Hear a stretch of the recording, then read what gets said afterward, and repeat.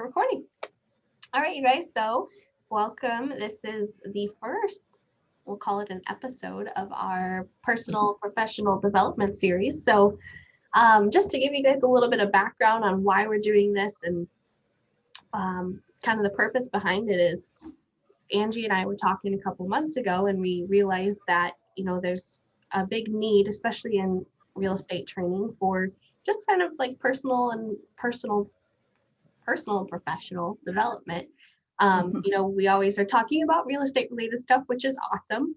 But we kind of want to focus in on personal things. So to kick it off, we're going to be talking about mindset today and why it's so important and things that you can do to keep a positive, productive mindset in work and in your personal life. So I guess we'll kick it off on why it's so important. Why is mindset so important, and what are some things that you might do during the day or day-to-day stuff to have a positive mindset? Alan, you want to kick it off? Oh, sure. I don't know that I'm always the best person to talk about this, but my old vice president of human resources at my job used to tell me that I was the annoying poster child for positivity. So I think that was a compliment. I'm not sure, but I think so. I don't know. I don't know the answer to it, but I mean, it's not important just in this role, but it's important in life to have a positive mental mindset and attitude and wake up every morning. And as long as I wake up in the morning and I'm still breathing, the rest is easy. Like there's nothing else in the entire day that can be, to ruin the day at all. And, and I think when you relate it to this industry, so I go back many jobs ago when I did telemarketing, you get a whole bunch of no's and you just have to cancel those no's out. You have to flush those no's and forget about them. They're not personal, and move on to the next thing and figure out who you can help with. And don't watch the news because it can totally construe your mindset of what's going on. Was one of the first things I was ever taught. Don't pay attention to the news. If they say the market's bad, you're going to go in thinking the market's bad. Just go on and do your day and see what you can do. Yeah, replace the news with like podcasts or audiobooks or anything like that. I agree. Yeah, the news can be pretty toxic sometimes. So, Jen, you want to add to that? Sure. Well, I think the last 12 months has probably challenged even the best of us that, tend to wake up on a positive attitude. And, I think it, for many of us, it kind of was a tailspin moment, and just trying to recreate new routines and finding that silver lining. And, we have a saying in our house, probably some of you probably know that we had a very serious situation that happened with our oldest daughter about 6 years ago. It was just a pretty scary health crisis that she was in. And it's been 6 years of fighting back her health and recovery.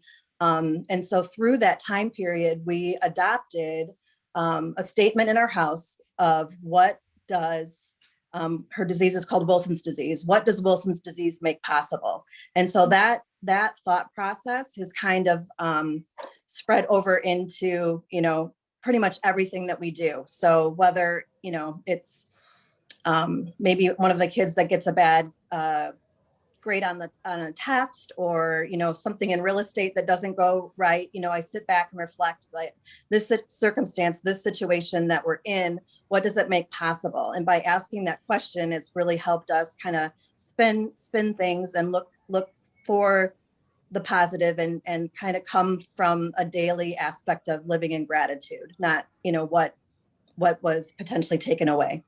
Yeah. I love that. Yeah. Angie?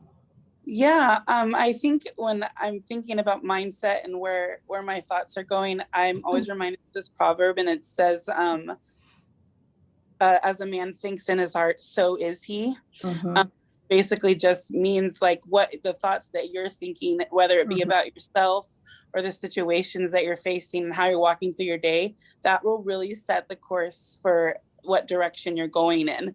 And so if you're thinking, the market's bad, then when you go out to prospect, you're going to lean more towards the side of, well, the market's bad because you gave yourself an excuse. Or if you think I'm not good at things, then you're automatically going to not be good at things because you've already started, the foundation of your day is already losing instead of, and so I think mindset is so important. And I think I've thought about this a lot because I do deal with insecurity. And so I have to start my day by thinking, okay, I'm worth being able to have a good day, and I'm capable, and all of those things. And so I think mindset's important because it's the foundation of everything else. It's going to set you up for the rest of the day and really your life. Yeah. Thank you, Angie, for sharing that. I think for me, I used to really get in these moods, these little ruts, and I found myself not really being able to get out of them. And for me, it just took a lot of recognizing that it's okay to have a bad day sometimes. It's okay to not be, you know, happy, shining face all the time. But to acknowledge, you know, what happened to turn that mood and figure out, okay, is that really worth me ruining the rest of my day? You know, because of one thing someone said. So I think for me, it took a lot of just not reacting to other people that was making me flip my mood. So that was a big thing for me. And then also something that I think it was actually Jeff that says this is flipping the switch. So when I'm coming into work or I'm coming back home, I'm flipping that switch and I'm dropping whatever happened to me in that day, whatever is on my mind, and, you know, just trying to let it go. Just get rid of the negative energy and enjoy myself, enjoy my life, and not be so worried about things. So that was a big thing for me and I'm still working on. It's still a work in progress, and it forever will be. All right. So one of the things I kind of wanted to touch on next was, why do you guys think it's so important to just surround yourself with good people? Surround yourself with people that you want to, I don't know, maybe they're your role models or your family. Why is that so important and related to mindset? Alan? We're just gonna go in order here. Yeah, We're going by age or something. Going with the oldest first, or so I think it's different for everyone, right? Who they want to surround themselves with. You know, I'm an athlete. I like to win, so I want to surround myself with people that want to win. I want to surround myself with people that are like me. We've talked before many times. You know, I'm in a different point in my lifetime at turning 50 this year that I'm not financially driven. I don't have financial goals. This is my retirement gig from post corporate world. And my goals are to help as many people as I can and surround myself with people that want to do the same thing. And I think the hardest thing that people don't understand is that if it's someone that doesn't match your energy or someone that doesn't have the same wants and desires and passion as you, it's okay to not be with them, to not be around them. And that's a big deal. Like, separate yourself from those people, because they're just going to bring you not necessarily down. They may be great people, but they may bring you in a direction that you don't want to be in. And it's like, you have to stay true to yourself. Yeah. I so agree with that. I think over the course of the last 10 years, I've really developed a core group of friends, and it's, you know, a smaller, intimate group, and they are positive. They're my biggest cheerleaders, but yet they're also willing to kind of speak truth to me, like if I get off kilter, you know. So but I know it's out of love and it's out of trust, and they do have my best interest at heart. So, you know, you can have a rah-rah, you know, people, you know, like, you're the greatest, you're the best, blah, blah, blah. But it's people that, you know, have true intentions, that they're pure, and that they are willing to at times, you know, tell you when you know, need a little correction or a little help. It's so important. And, you know, and there's some people, you know, especially when it comes to family, that those relationships can tend to be a little bit toxic, but you're still you're still going to spend time with them, but I mentally prepare myself for that. And then I also limit the time that I'm in those circumstances and those environments. Yeah, that's funny, right? Because there are certain people that you have in your life and they will be there. And Yeah. sometimes there's Mhm. not much you can do about that. They might be Mhm. family, but just to kind of know that boundary, mentally prepare yourself. I think everybody's Mhm. had to do that a few times. Mhm. But yes, thank you. Yeah, and I think there's two categories of people that you're going to surround yourself with. Those that you just have contact with, and you might have conversations with and work with. And then there's Mhm. the other category of people that you allow to speak into your life, and you allow to you'll probably surround yourself with them more when you're discouraged, because they're going to be the ones that are going to cheer you on and are going to help you pull out of whatever you might be dealing with. And so I think it's important to make sure that those people are the ones that you're intentionally surrounding yourself with, because I can't choose who the UPS guy is, but I can choose who I allow to who I talk to on a day when I'm struggling. Yeah. Sure. So I think knowing what you need and who you need to be intentional to be around is really important. Yeah, I think kind of with what all of you guys have said, it's like if you go to someone and you start, going on a rant or something, and it might be a negative rant. If you're talking to someone who's going to agree with you and continue that rant and continue that cycle, you're not going to get out of any sort of bad mindset or negative mindset. It's just continuously feeding into it. So pick a person or a few people that are going to help pull you out of that. And I think that's a lot in this last year, especially. There's a lot of things to complain about, right? There's a lot of things that aren't normal right now. Find someone who's going to find the positive and point that out and fight you on it, not agree with you and not continue that cycle. So yeah, surround yourself with good people. Well, you know what, and I think that what's great about like even walking into our Keller Williams office is you step inside that door and you're greeted with Angie, and then Nick, you're right there, and then Bob, like all three of you are right inside that front door. I know that as soon as I walk in, it's going to be just this fresh breath of fresh air when I come into the office. Oh, You're so sweet, Jen. Yes, and that's another thing too, and that's not just something that we want to do here, but that's really KW's model. Is you come in, you flip that switch, you're in the zone, you're in that work zone, and so we want to surround you guys with positivity and support as much as we can. So as you should do in your regular life. Okay, so one of the things that I wanted to talk about too was don't focus on your failures. Obviously there's going to be lots of lessons to be learned every single day, and I think it's just important to figure out what that lesson is and take it and run with it, and don't keep going back to it. There's lots. It's going to happen. It's going to happen. Acknowledge it and move on as much as you can. So Alan, do you have anything you want to add to that? Yeah, I think you're spot on. I think you should never focus on your failures, but you should have a takeaway from them. And then once you do that takeaway, you flush it, you move on. And it's no different, in my opinion, than focusing on your weaknesses. I've had bosses in my past where, they want you to improve upon your weaknesses. We've all probably had a review with someone at one point in our life where they want you to work on your weaknesses. Well, you're weak in those areas because you don't like to do them. And if you don't like to do them, you're not going to get better at them. And it's going to be painful. You focus on your strengths in your wins, and that makes the weaknesses in your failures, that brings them up automatically if you focus on what your strengths are. So yeah, absolutely.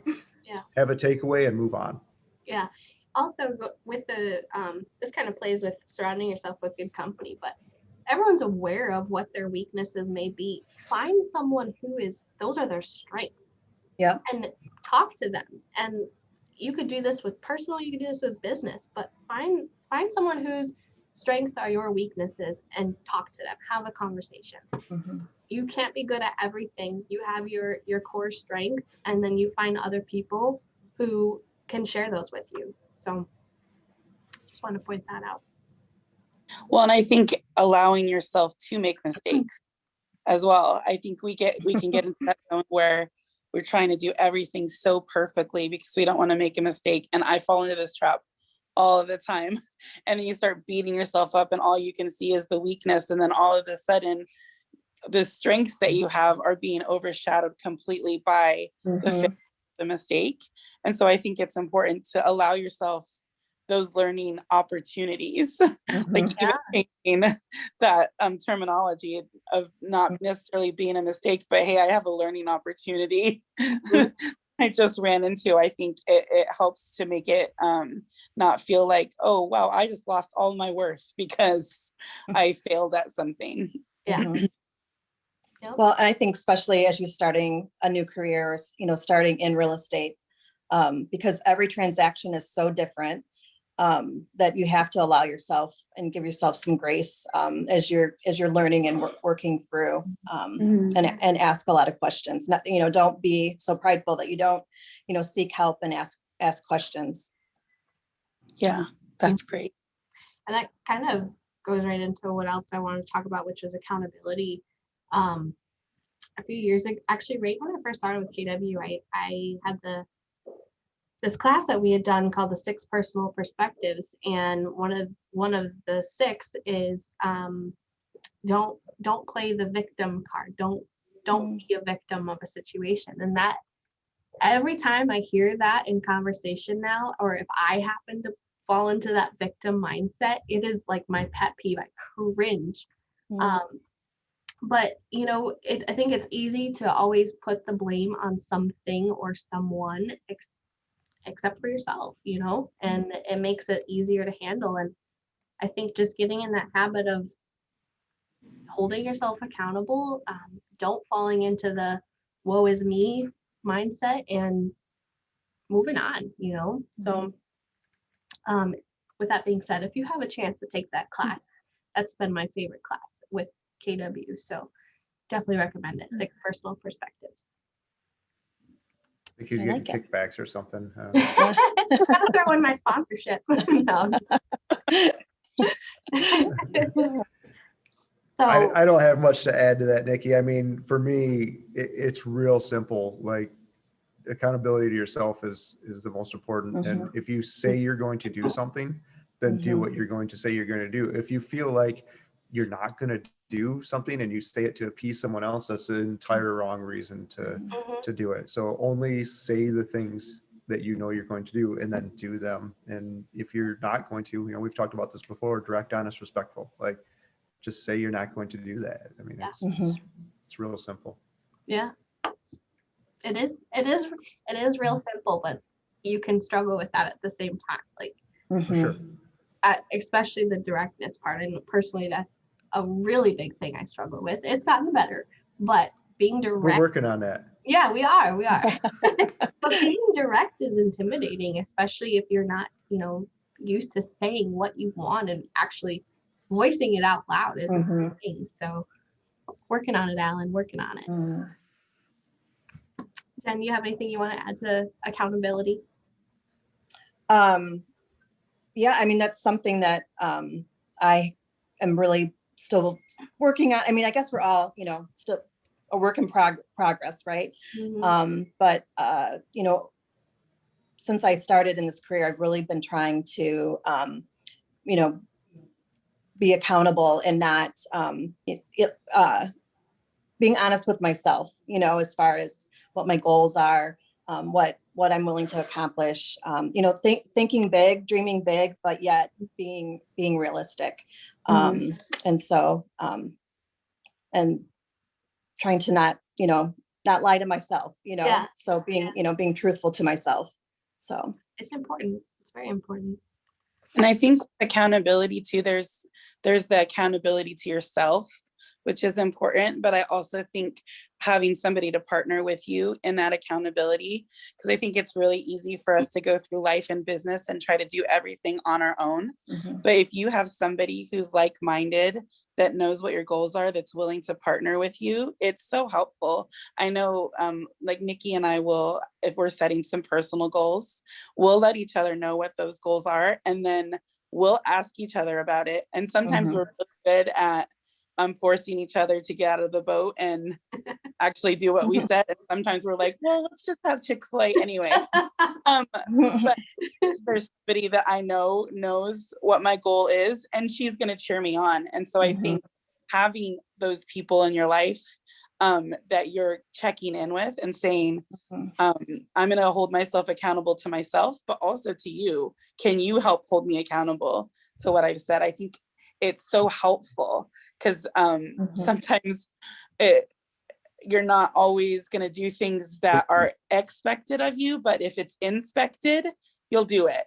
Because you don't want to tell somebody that you didn't do what you said you would do. So yeah, accountability partners can definitely be tricky, because it's just like Angie said, there are days when Angie and I are very like-minded and we're very similar, which we probably don't make the best accountability partners. But you have those days where, we'll use the Chick-fil-A example, we got to have someone else say, no, you're not going to Chick-fil-A today. How about this? So yes, when you're picking an accountability partner, find someone who will really truly hold you accountable. I'm just kidding. All right, you guys. Well, I think kind of we'll wrap up final thoughts just around mindset and business, or maybe like, I know I've been recently seeing a lot of newer agents, going through that struggle of getting started, and just, maybe they're discovering this isn't quite what they expected, but they still really want to make this happen. What would be your piece of advice to them? Could be personally or professionally, and maybe just any final thoughts around mindset. We'll start with you. All right, I'll go first because I'm old.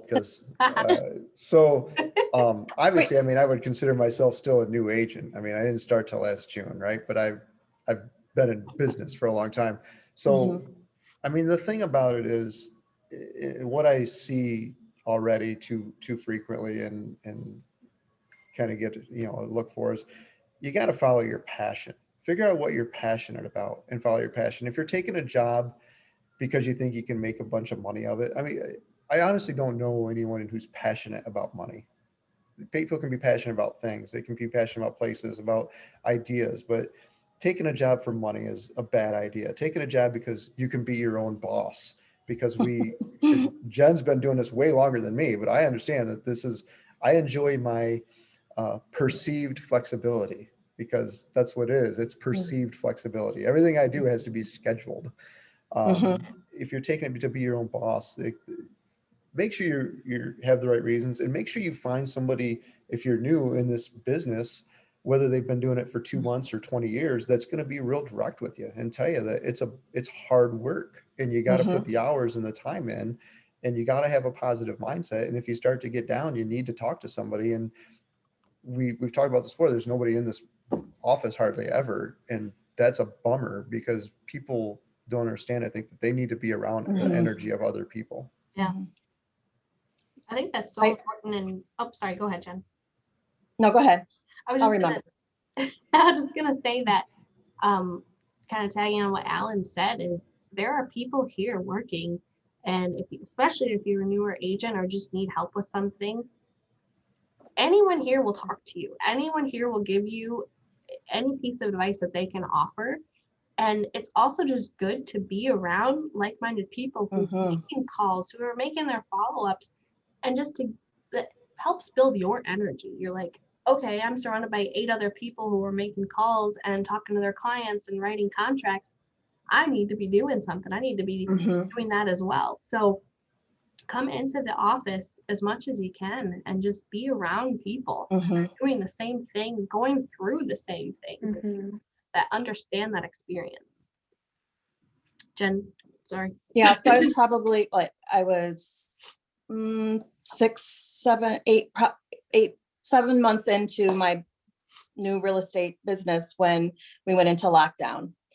And that was really, really hard from the standpoint of being very new and I missed being in the office. I missed being able to walk around the corner and ask, numerous people, big questions, little questions. I missed that camaraderie so very much. And so I really agree that being in the office, spending time with like-minded people that are working the business is so very, very vital. And then the other thing, I think for the record, Alan, I'm older than you, just saying. You just look better than me. All right, fair enough. Busted, Alan. Oh. I just had to throw that out there. That's all All right. right, all right. Because I've had that big birthday already, so I'm just saying. All right, mine's this year. So the other thing too is I like to set like little small goals like for the week. And I think that's really helped, in real estate, whether it's, the amount of calls you're going to make, or, if I even have a goal of updating website or, or getting in command and working on command, like I'll say, set little goals like on Friday, if I do this, this, and this, then on Friday, I'm going to reward myself with a little something, not a big something, but just, a little something. And so by doing that, I think it's helped me, keep track of my time, and I don't let another week go by and not do some of those things.